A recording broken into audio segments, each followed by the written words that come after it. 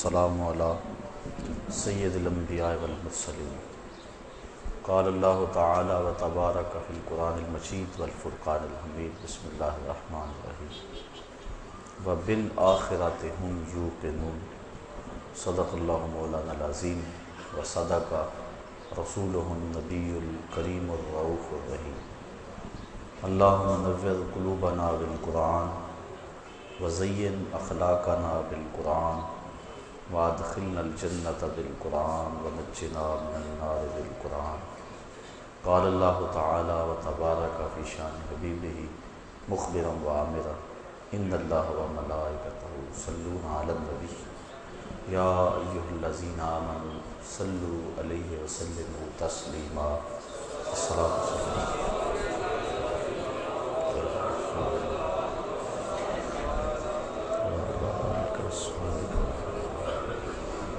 والسلام السلام علیکم یا رسول اللہ وعلی آلک واصحابک یا رحمت العاشقین۔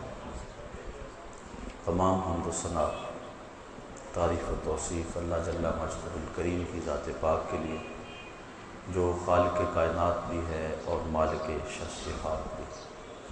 اللہ جل وعلا کی حمد و ثنا کے بعد حضور نبی اکرم شفیع امم رسول محتشم نبی مکرم اللہ کے پیارے امت کے سہارے رب کے محبوب دانائے غیور مالک رقاب امم فخر عرب و عجم والی کون و مکان سیاہ لا مکان سید انس و جان سرور لالا رخان نیر تاباں سرنشین مہوشاں ماہ خوباں شہنشاہ حسینہ تتمائے دوراں سا خیل زہرہ جمالاں جلوائے صبح ازل نور ذات لم یزل باعث تکوین عالم فخر آدم و بنی آدم نیر بدھا رازدار ما اوہا شاہد ما طغا صاحب علم نشرہ معصوم آمنہ احمد مجتبیٰ حضرت محمد مصطفیٰ صلی اللہ علیہ وسلم کے حضور ناس میں اپنی عقیدتوں ارادتوں اور محبتوں کا خراج پیش کرنے کے بعد واجب الاحترام ذوی الاحتشام برادران اسلام السلام علیکم ورحمۃ اللہ وبرکاتہ۔ پچھلے درس قرآن میں متقین کی صفات بیان کرتے ہوئے ان کا ایمان بالکتب بیان کیا گیا، متقین کی جو خوبی بیان فرمائی گئی اس کا تذکرہ ہوگا۔ وبالآخرۃ ھم یوقنون، کہ وہ آخرت پر یقین رکھتے ہیں۔ یہ متقین کی ایک صفت ہے جس کا یہاں بیان ارشاد فرمایا گیا۔ وبالآخرۃ ھم یوقنون، اور آخرت پر وہی یقین رکھتے ہیں۔ یہود اور نصارہ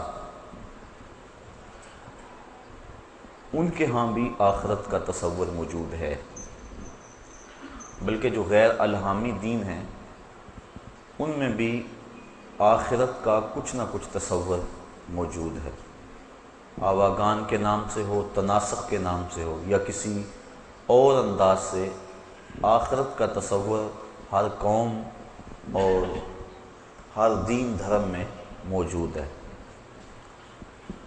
لیکن یہود و نصارہ نے آخرت کا جو تصور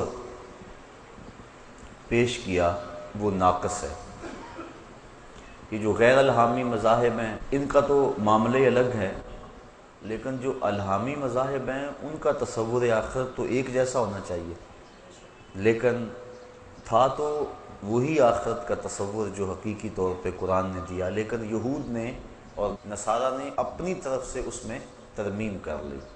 مثال کے طور پہ یہودیوں نے یہ کہا کہ ہم جہنم میں نہیں جائیں گے اس لیے کہ ہم اولاد انبیاء ہیں، اور اگر ہم گئے بھی تو صرف 40 دن تک جہنم میں رہیں۔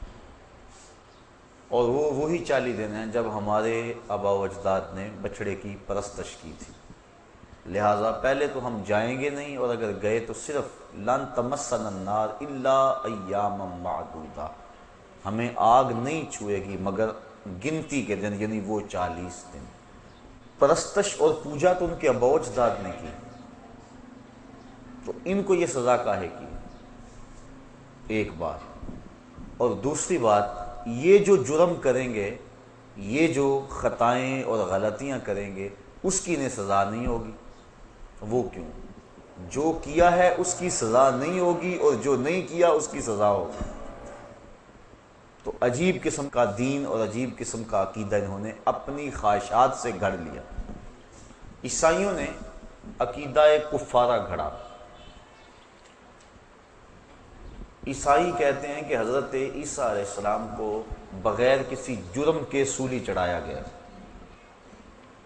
ہمارا عقیدہ یہ ہے حضرت عیسیٰ علیہ السلام کو نہ قتل کیا گیا اور نہ ان کو سولی چڑھایا گیا، بلکہ سلامتی کے ساتھ آسمان کی طرف اٹھا لیا گیا۔ قرآن مجید نے اسی چیز کو وضاحت کے ساتھ بیان فرما دیا۔ عیسائی کہتے ہیں ان کو سولی چڑھایا گیا، ان کو پھانسی دی گئی، صلیب پہ لٹکا دیا گیا۔ تو چونکہ ان کا قصور کوئی نہیں تھا، انہوں نے جرم کوئی نہیں کیا تھا کہ جس کی سزا میں ان کے ساتھ یہ سلوک کیا جاتا، تو قیامت تک جتنے بھی آنے والے عیسائی ہیں، اب وہ حضرت عیسیٰ علیہ السلام کے بغیر کسی گناہ کے سولی پر چڑھ جانے کی وجہ سے وہ نجات پائیں گے، اور ہمارے نبی ہمارے حصے کی سزا بھگت چکے ہیں۔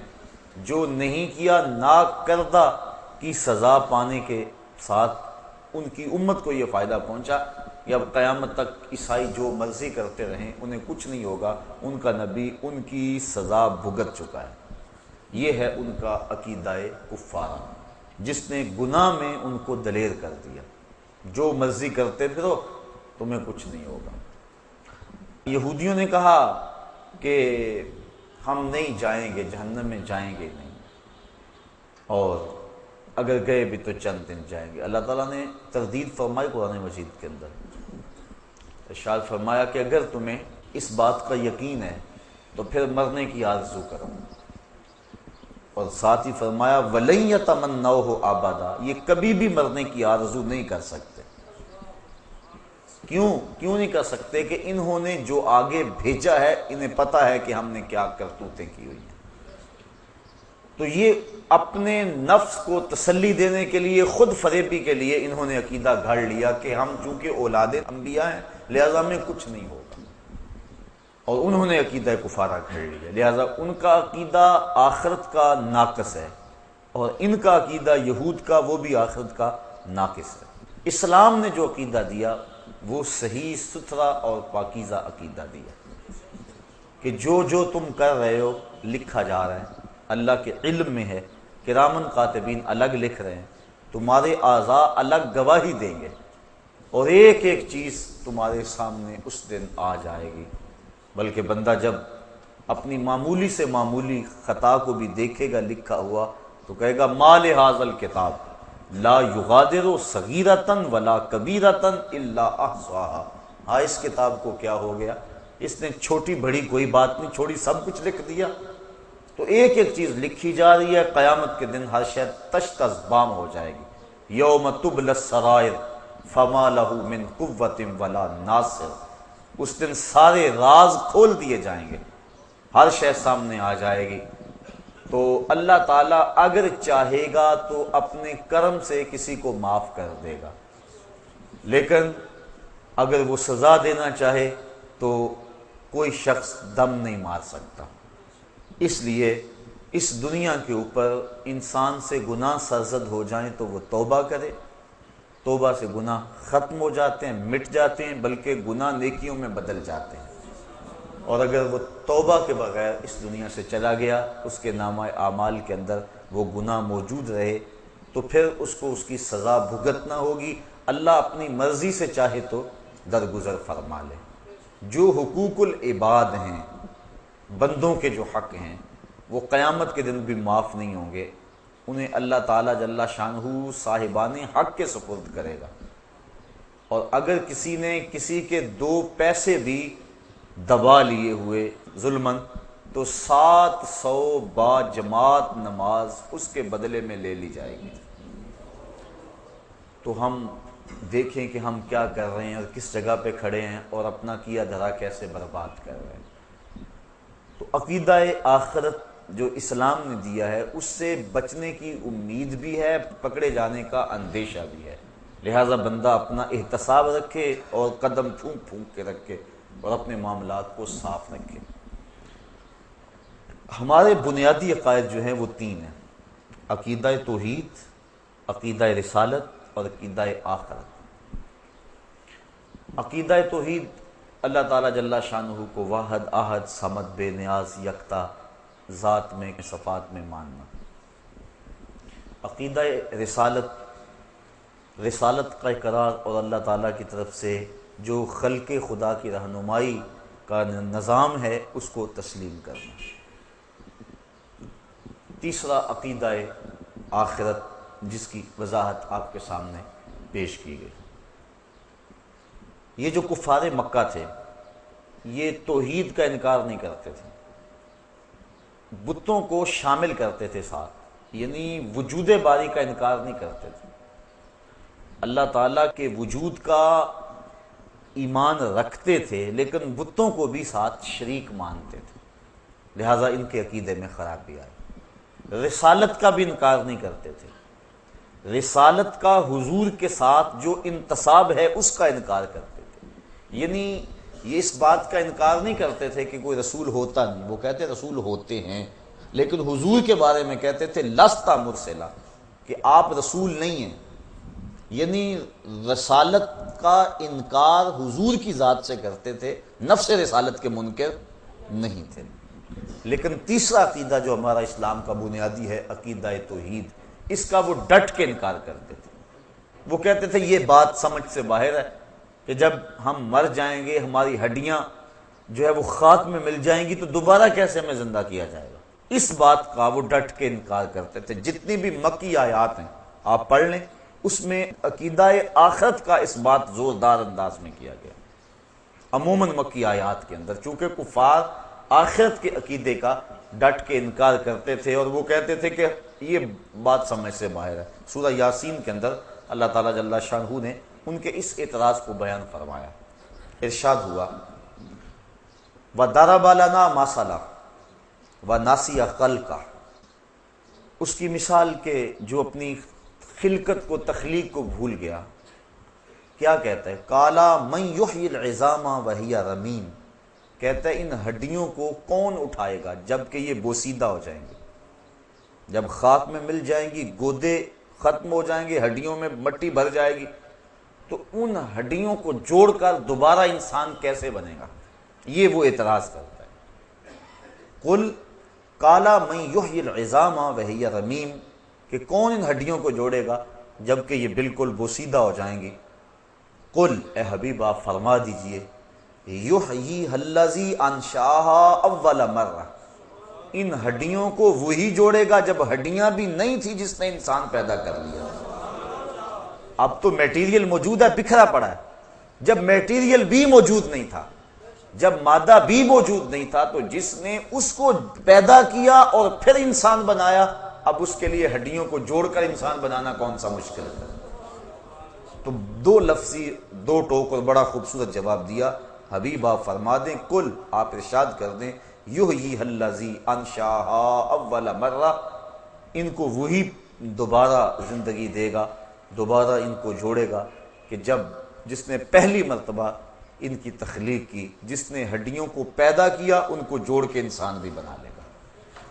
تو اور بھی دوسرے مقامات پر اللہ تعالیٰ جل شانہ نے ارشاد فرمایا سورہ طارق کے اندر، جس مالک نے انسان کو صلب سے اور سینے کی پسلیوں سے نکالا، یخرج من بین الصلب والترائب انہ علی رجعہ لقادر، جب انسان کو تخلیق ہوئی تو وہ سینے کی پسلیوں سے اور صلب سے نکالا گیا، تو پھر اس کی تخلیق ہوئی اور کتنی منمونی صورت دے دی گئی.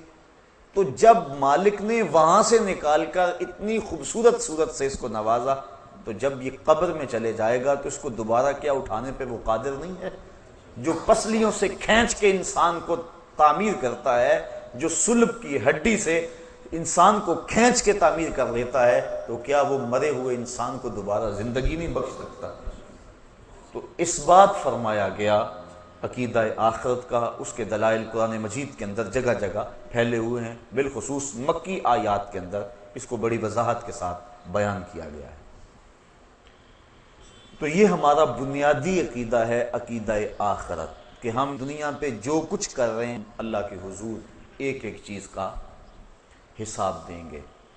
موت برحق ہے اور کسی کو موت سے چھٹکارا نہیں ہے، اور اس کے بعد برزخ کی زندگی کا آغاز ہونا ہے. قبر یا تو جنت کے باغوں میں سے ایک باغ ہے یا جہنم کے گڑھوں میں سے ایک گڑھا ہے. اس کے بعد پھر حشر بپا ہوگا، لوگ قبروں سے اٹھائے جائیں گے. حشر کا ایک دن 50,000 سال پہ مشتمل ہوگا. ترازو نصب ہوگا، لوگوں کے اعمال تولے جائیں گے، اچھے برے اعمال کا وزن ہوگا. آج جو پلڑا بھاری ہوتا ہے وہ نیچے کو جھک جاتا ہے، لیکن میزان کا معاملہ برعکس ہے. جو پلڑا بھاری ہوگا وہ اوپر کو اٹھے گا، چونکہ نیکیاں نور ہوتی ہیں اور نور کی اٹھان اوپر کی طرف ہوتی ہے، تو وہ بھاری پلڑا جو ہے وہ اوپر کی طرف اٹھے گا. اس کے بعد پھر پل صراط سے گزرنا ہوگا، اور وہ بال سے باریک ہے، تلوار سے تیز ہے، اور جہنم کی پشت کے اوپر نصب ہے. کوئی بجلی کی سرعت کے ساتھ گزر جائے گا، کوئی تیز رفتار گھوڑے کی طرح گزر جائے گا، کچھ پیدل انسان کی طرح، اور کچھ جو ہے وہ جس طرح انسان بڑی مشکل سے چلتا ہے، جس کے پاؤں ہاتھ نہ ہو، اس انداز سے سست روی سے چلے گا، اور کچھ کٹ کر اس کے اندر گر پڑیں گے. اور جہنم اور دوزخ اللہ تعالیٰ کے قہر و غضب اور اس کی رضا کے مظہر ہیں. جس پہ اللہ راضی ہوگا اس کو جنت میں بھیجے گا، جس پہ ناراض ہوگا اس کو جہنم میں ڈالے گا. جہنم کی آگ جو ہے وہ اس دنیا کی آگ کے بدلے میں 70 گنا تیز ہے. بلکہ علماء لکھتے ہیں کہ اگر اس جہنم سے کسی شخص کو نکال کر اس دنیا کی آگ میں ڈالا جائے تو اسے نیند آ جائے، یعنی اس قدر تیز ہے وہ اس آگ کے مقابلے میں. جبریل امین سے حضور نے پوچھا کہ مجھے جہنم کے عذابوں کا تذکرہ سناؤ. عرض کی حضور سب سے ہلکا عذاب جہنمی کو جو دیا جائے گا وہ یہ ہے کہ اس کے پاؤں میں آگ کے جوتے ہوں گے، باقی پورا بدن اس کا سلامت ہوگا، صرف پاؤں میں آگ کے جوتے رکھے جائیں گے. یہ خفیف ترین عذاب ہے.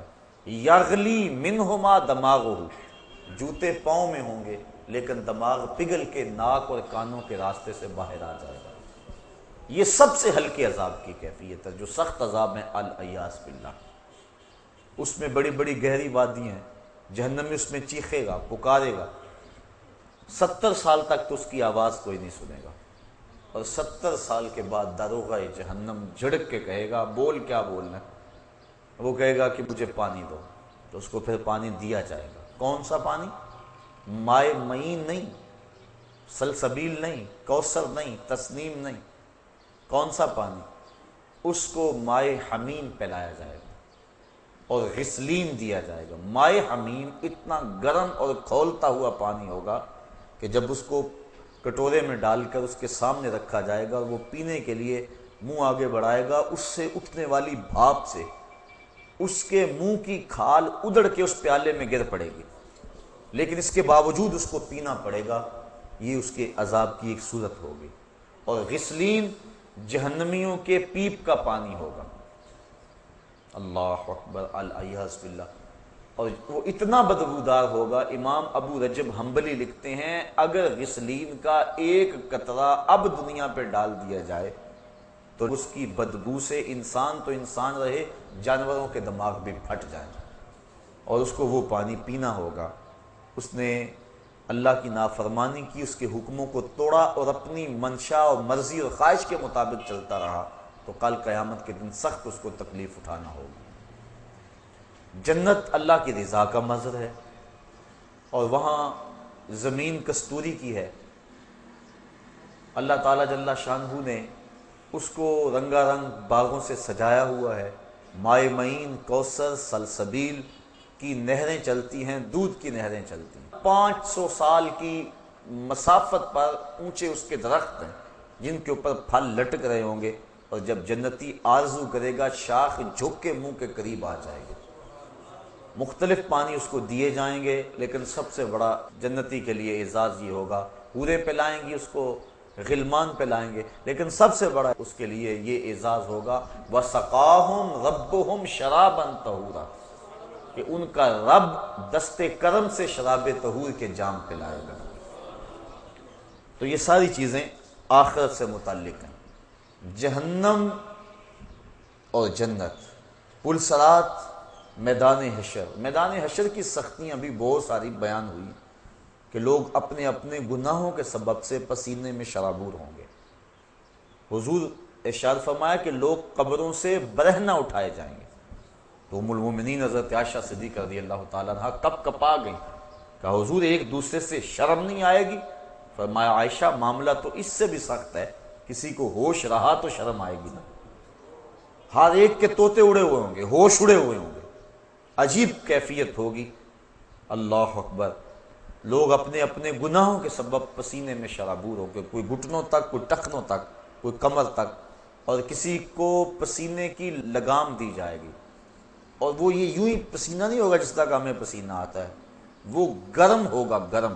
اگر اس کا ایک قطرہ احد پہاڑ پہ رکھا جائے تو وہ پگھل جائے، اور اس پسینے کا ایک قطرہ اگر دنیا پہ ڈال دیا جائے بدبو سے دماغ پھٹ جائے۔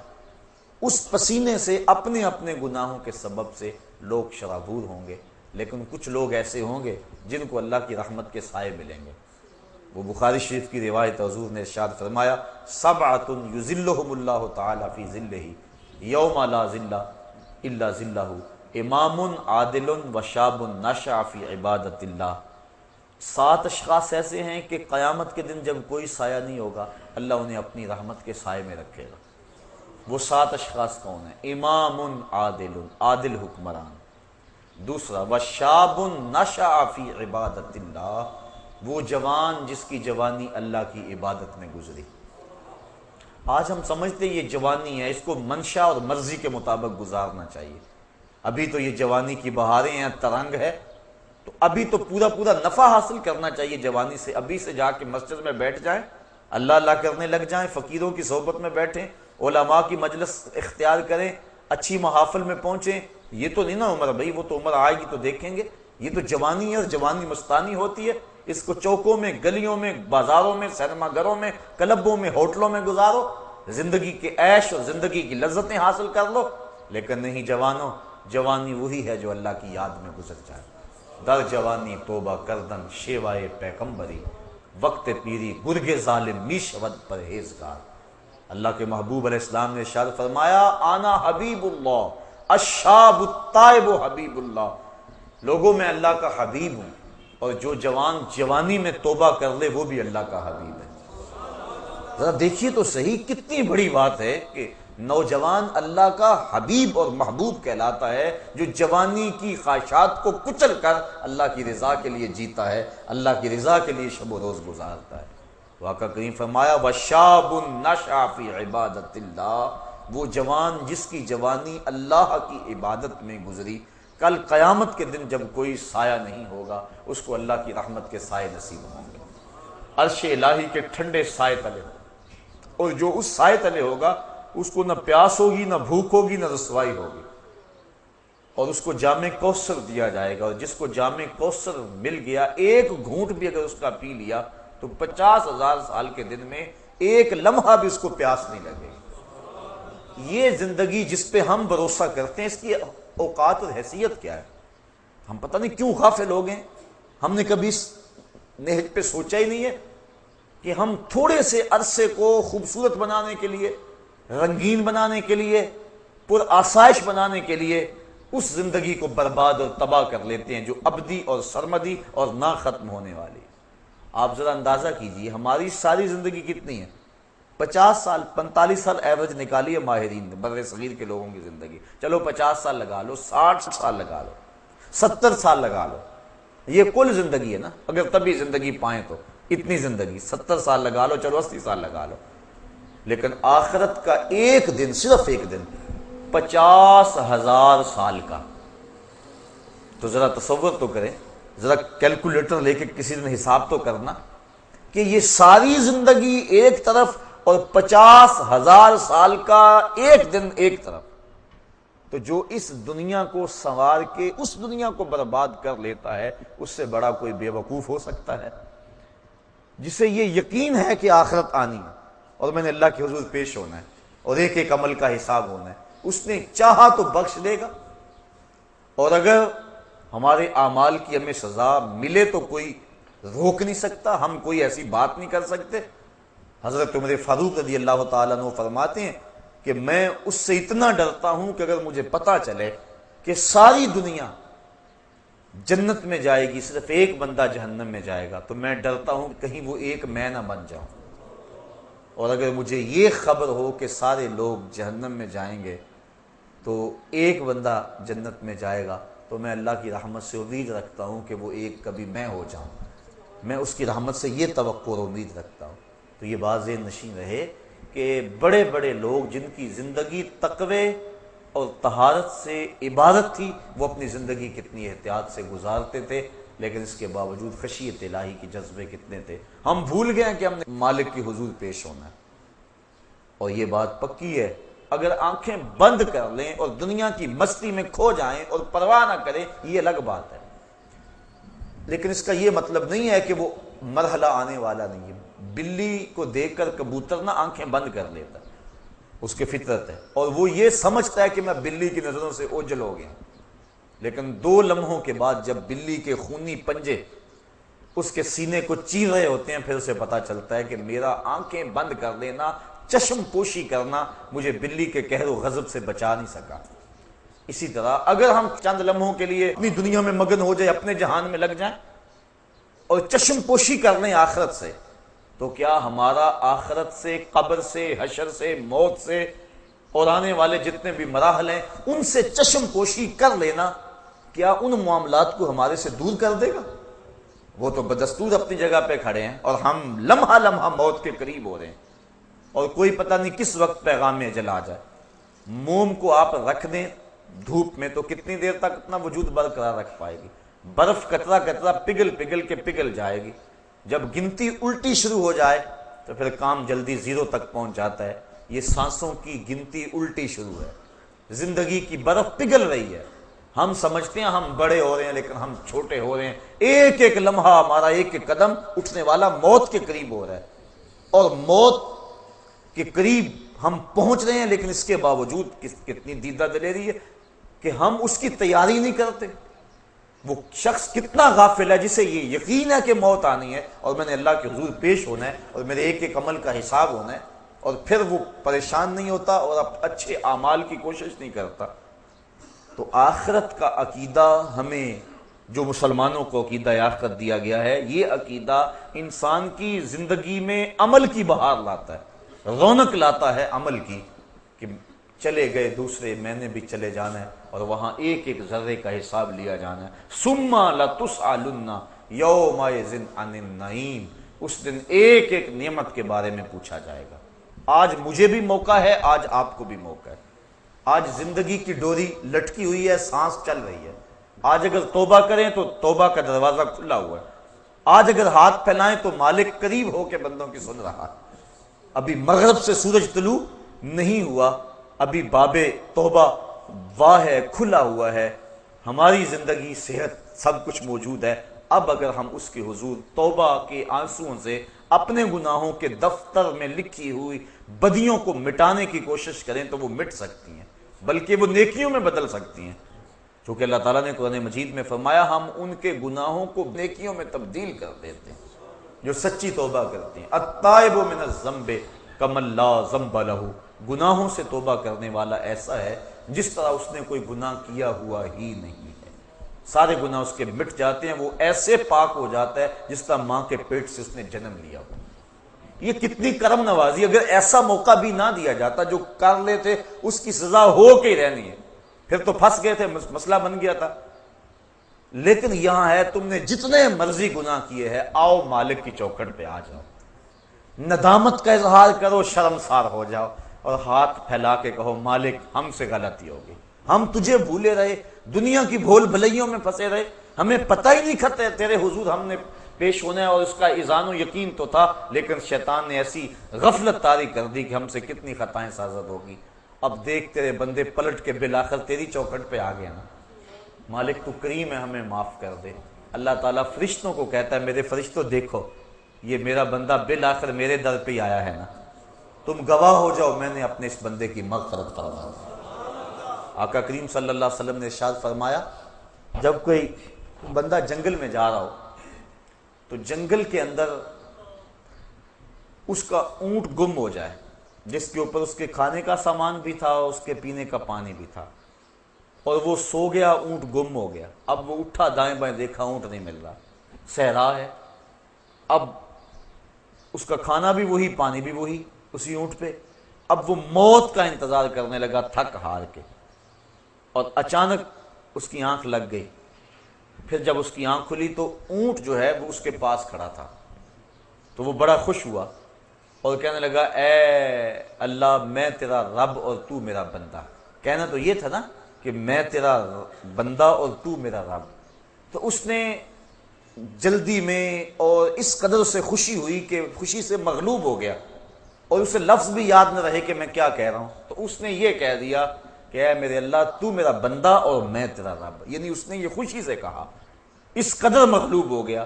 تو فرمایا کہ صحابہ اس بندے کو جب اونٹ مل گیا اور اس نے مغلوب ہو کے یہ بات کہی، بتاؤ اس کو اونٹ ملنے سے کتنی خوشی ہوئی؟ کہا کہ حضور بہت زیادہ۔ فرمایا جس قدر اونٹ ملنے سے اس کو خوشی ہوئی، جب بندہ توبہ کرتا ہے اللہ اس سے بھی زیادہ خوش ہوتا ہے۔ تو ذرا دیکھو تو صحیح، بلا جس نے جرم کیا ہوا ہو، جو بھاگا ہوا ہو، جب پلٹ کے آئے تو کیا حالت ہوتی ہے؟ باپ کے گھر سے بھاگا ہو یا ماں کے پاس سے بھاگا ہو، استاد سے بھاگا ہو یا تھانے سے بھاگا ہو، جیل خانہ سے بھاگ گیا ہو یا کسی اور جگہ سے بھاگ گیا ہو، بھاگا جب پلٹ کے آتا ہے تو اسے پتہ ہوتا ہے کہ میرے ساتھ کیا سلوک ہونے والا ہے، لیکن یہ ڈر ایسا ڈر ہے جب بھاگا ہوا پلٹ کے آتا ہے اللہ کی رحمت بڑھ کے اس کا استقبال کرتی ہے، میرے بندے تو واپس آ گیا ہے، تو اللہ تعالیٰ جل شانہ کی رحمتیں بڑھ کر اپنے اس بندے کا استقبال کرتی ہیں۔ تو اس عنوان سے بہت کچھ کہا جا سکتا ہے، میں یہی کہوں گا کہ آج موقع ہے، اللہ نے صحت دی ہے، اللہ نے جوانی دی ہے، اگر کوئی بڑھاپا ہے تو بڑھاپے میں بھی توبہ، اب تو وہ کیا کہتے ہیں سورج غروب ہونے کے قریب ہے، دیگرتے دن گیا محمد اوڑک نو ڈوب جانا، ویسے تو پتہ بچے بوڑھے جوان کا بھی نہیں ہے۔ حضرت امام غزالی فرماتے ہیں معاشرے میں ذرا نظر دوڑا کے دیکھو بچے زیادہ نظر آتے ہیں یا بوڑھے یا جوان؟ کہا تمہیں بچے زیادہ نظر آئیں گے، کہا اس کا مطلب یہ ہے کہ لوگ جوان کم ہوتے ہیں، زیادہ بچپن میں مر جاتے ہیں۔ تو میں پھر دیکھو جوان زیادہ ہیں یا بوڑھے زیادہ ہیں؟ کہا بوڑھے کم نظر آئیں گے، جوان زیادہ نظر آئیں گے، کہا اس کا مطلب یہ ہے کہ لوگ بڑھاپے تک کم پہنچتے ہیں، زیادہ لوگ جوانی میں موت کے منہ میں چلے جاتے ہیں۔ اور اگر کسی کو اللہ نے یہ مہلت دے دی کہ وہ بوڑھا ہو گیا تو پھر اس کو اب بڑھاپے میں بھی اپنے رب سے دور نہیں رہنا چاہیے، اور جوان کو جوانی کے لمحوں کو غنیمت سمجھنا چاہیے اور اپنے رب کی حضور رجوع لانا چاہیے، پچھلے گناہوں سے توبہ کرنا چاہیے، آخرت کا عقیدہ مضبوط سے مضبوط تر ہو اور اسے یقین ہو کہ میں نے اللہ کے حضور پیش ہونا ہے، اور یہ عقیدہ اور یہ اذعان و یقین اس کو آخرت کی سختیوں سے بچا سکتا ہے، اس کی زندگی میں انقلاب لا سکتا ہے۔ میں اور آپ تیزی کے ساتھ موت کی طرف بڑھ رہے ہیں۔ پوچھا گیا نا زندگی اور موت کے بارے میں کیا خیال ہے؟ عرض کی فجر کی نماز پڑھی ہے، پتہ نہیں ظہر پڑھیں گے یا کہ نہیں۔ کہا اتنی لمبی امیدیں لگائے بیٹھے ہو، کہا ظہر پڑھی ہے، پتہ نہیں عصر پڑھیں گے یا کہ نہیں۔ کہا طول عمل کی بات کہی، کہا عصر پڑھی ہے، پتہ نہیں مغرب پڑھ سکیں گے یا کہ نہیں۔ ایک نے بولا ایک رکعت پڑھی ہے، پتہ نہیں دوسری رکعتیں بھی پڑھیں گے کہ نہیں۔ فرمایا یہ سب کچھ تم کہتے ہو، میں تو یوں کہتا ہوں ایک طرف سلام پھیرا ہے، پتہ نہیں دوسری طرف سلام بھی پھیر سکیں گے یا کہ نہیں۔ اور آپ دیکھتے ہیں کہ اچانک ایک بندہ موت کے منہ میں چلا جاتا ہے، ہم سمجھتے یار یہی تو بھی تھا تھوڑی دیر قبل، لیکن اچانک موت دبوچ لیتی ہے۔ تو قبل اس سے کہ وہ وقت آن پہنچے اور کوئی حجت باقی نہ رہے، مجھے اور آپ کو اپنے اعمال کی اصلاح کر لینی چاہیے۔ اللہ تعالیٰ نے موقع دیا، بار بار توبہ کا موقع دیا، اور اس انداز سے پچھلی امتوں کو سہولت نہیں تھی جس انداز سے امت مصطفیٰ کو عطا کی گئی۔ اور پھر دوسری بات یہ ہے کہ تھوڑا بھی عمل کرو گے، اس امت کو یہ اعزاز بخشا گیا ہے، تھوڑے عمل پہ بڑا اجر و ثواب رکھا گیا۔ آقا کریم فرمایا ایک بندہ فجر سے ظہر تک کام کرتا ہے، اس کو 1 درہم ملتا ہے۔ ایک ظہر سے عصر تک کام کرتا ہے، وقت تھوڑا، اس کو آدھا درہم ملنا چاہیے، لیکن اس کو بھی 1 درہم ملتا ہے۔ اور ایک بندہ عصر سے مغرب تک کے وقت میں کام کرتا ہے، اس کا وقت اس سے بھی تھوڑا، لیکن اس کو 2 درہم ملتے ہیں۔ فرمایا پہلی مثال یہود کی ہے، دوسری مثال نصارہ کی ہے، اور تیسری مثال میری امت کی ہے۔ تو کیسی لوٹ سے لگی ہوئی ہے، اور ہم کتنے محروم ہیں۔ ہم ان چیزوں کے پیچھے بھاگ رہے ہیں جو ہمارے لیے پیدا کی گئی تھی، جو ہماری خدمت کے لیے پیدا کی گئی تھی، اور جن کی تخلیق کا مقصد ہماری ضرورت کی کفالت کرنا تھا، اور ہم ان کے پیچھے بھاگ رہے ہیں۔ بچہ جب شکم مادر میں 120 دن کا ہوتا ہے، فرشتہ آ کے اس کا رزق لکھ جاتا ہے، تو جو لکھا گیا اس سے زائد 1 پیسہ بھی نہیں ملے گا، اور جب لکھا گیا اس سے قبل نہیں ملے گا۔ تو ہمارا یہ کام نہیں تھا جو ہم کر رہے ہیں، ہمارا کام تھا اپنے رب کو راضی کرتے اور اس آخرت کے دن کے لیے تیاری کرتے۔ ویسے ڈر تو رہتا ہے ہر شخص کو موت کا، امام غزالی فرماتے ہیں وہ بھی 3 طرح کا ڈر ہے۔ کچھ لوگ اس لیے ڈرتے ہیں کہ میں مر گیا تو میری زندگی کی لذتیں چھن جائیں گی، اب تو میرا وقار ہے، مسند ہے، عہدہ ہے، شان و شوکت ہے، زندگی کی لذتیں ہیں، دوست احباب کا ماحول ہے، خوش گپیاں ہیں، اگر میں مر گیا تو یہ سب کچھ جاتا رہے گا، اس وجہ سے وہ موت سے ڈرتا ہے۔ یہ ڈر انسان کی زندگی میں عیش و عشرت کو بڑھا دیتا ہے۔ بابر بعیش کوش کے عالم دوبارہ نیست، بابر عیش کر لو کہ زندگی بار بار نہیں ملے گی۔ یہ ڈر مذموم ڈر ہے۔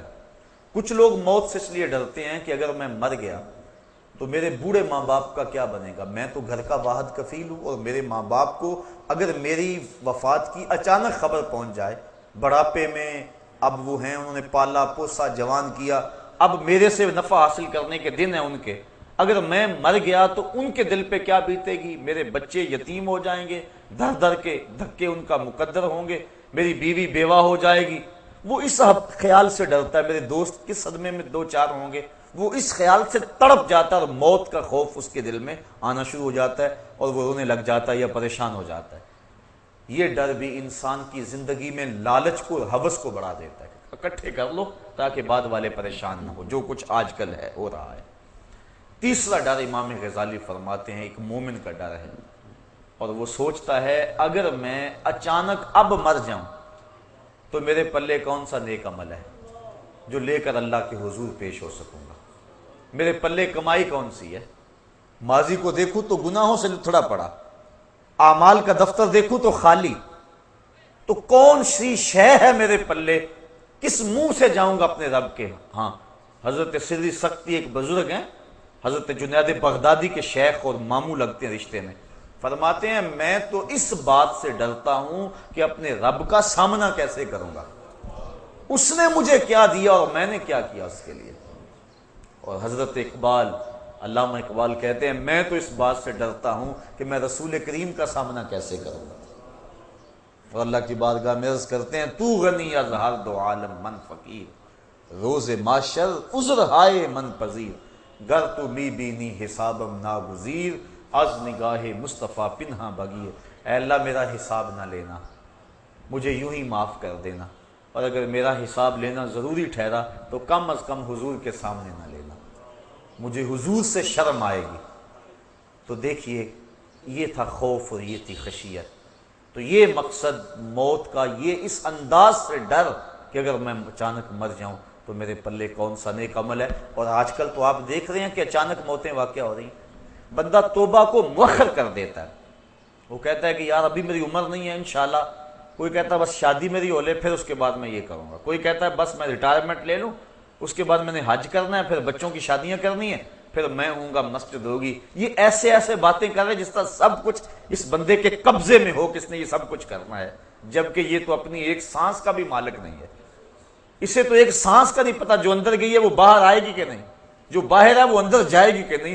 جس بندے کا اتنا اختیار بھی نہیں ہے اپنی سانس پہ، وہ کہہ رہا ہے کہ بس جی آپ کی بات سمجھ آ گئی، انشاءاللہ میں ریٹائرمنٹ لے لوں، پھر میں بچوں کی شادیاں کر لوں، پھر میں حج پہ جانا ہے، پھر آ کے انشاءاللہ میں ہوں گا، مسجد ہوگی اور سنگے در محبوب ہوگا، پھر میں جو ہے انشاءاللہ دیکھنا کیسا میرا زندگی کا رنگ بدلتا ہے۔ یہ وہ شخص کہہ رہا ہے جس کے قبضے میں ایک سانس بھی نہیں ہے۔ ابھی میں جوان ہوں، بس تھوڑی عمر اور ہو جائے، بس آپ انتظار کر لیں۔ یہ وہ کہہ رہا ہے، یہ نفس اندر سے آوازیں دے رہا ہے، یہ شیطان اس کو ایسی باتیں سکھا اور پڑھا رہا ہے تاکہ وہ توبہ کو مؤخر کر لے، اور اچانک اگر موت آ جائے تو یہ بری موت مرے۔ چونکہ اچانک موت سے تو حضور نے بھی پناہ مانگی نا، اللہم انی اعوذ بک من الموت الفجاۃ، اے اللہ اچانک موت سے میں تیری پناہ مانگتا ہوں، یعنی اچانک موت سے پناہ مانگی۔ آج کل تو کئی ڈھب ہیں اچانک موت کے، ایکسیڈنٹ ہو گیا، بم دھماکے ہو گئے، بیماریاں ایسی ہیں، اچانک بندہ اس دنیا سے چلا جاتا، اس کو توبہ کی توفیق ہی نہیں ملتی۔ تو انسان توبہ کو مستقبل پہ مؤخر کرے تو ایک تو اسے مستقبل کی خبر نہیں ہے، اور دوسرا اب وہ مؤخر کر رہا ہے جو حالت اس کے دل کی اب ہے، تو اس کے باوجود وہ مؤخر کر رہا ہے، تو جب 4 سال گزر جائیں گے دل اور سخت ہو جائے گا، تو کیا پھر اس کو ہو سکتا ہے خیال بھی نہ آئے کہ میں توبہ کر لوں؟ تو جو حالات اب ہیں وہ شاید اس وقت نہ ہو، تو توبہ میں تاخیر کرنا یہ بھی بہت بڑی معرومی ہوتی ہے۔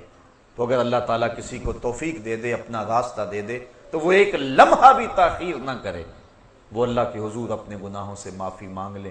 یہی بندے کے لیے اعزاز ہے، اور یہی بندے کی حقیقی سرخروئی ہے۔ عقیدہ آخرت ایک بڑا وسیع مفہوم ہے، اور اس کے عنوان سے بہت کچھ کہنے والا تھا، لیکن آج کی اس نشست میں اسی عنوان سے کچھ باتیں میں آپ کی گوش گزار اس امید سے کی ہیں، شاید کہ کسی دل میں اتر جائے میری بات، اور میں اور آپ اپنی زندگی کے اندر تبدیلی لانے کی کوشش کریں، اچھے لوگوں کی سنگت اور صحبت میں بیٹھیں، اور اپنے معمولات کو بہتر رکھیں۔ برے لوگوں کی صحبت سے بچنا بہت ہی ضروری ہے، کیونکہ اللہ کے محبوب علیہ السلام نے ارشاد فرمایا المرء علی دین خلیلہ فلینظر احدکم من یخالل، ہر شخص اپنے دوست کے دین پہ ہوتا ہے، جب وہ کسی سے دوستی لگانے لگے تو وہ دیکھے کہ وہ کس سے دوستی لگا رہا ہے۔ اس لیے ہم نے کسی سے تعلق جوڑتے ہوئے پہلے دیکھنا ہے کہ اس کے معمولات کیا ہیں۔ اگر کوئی غافل ہے تو پھر نمازی کو بھی وہ غافل کر دے گا، اور اگر کسی نماز پڑھنے والے سے دوستی ہے تو پھر ایک دن وہ اس کو کھینچ کے مسجد کی طرف لے جائے گا۔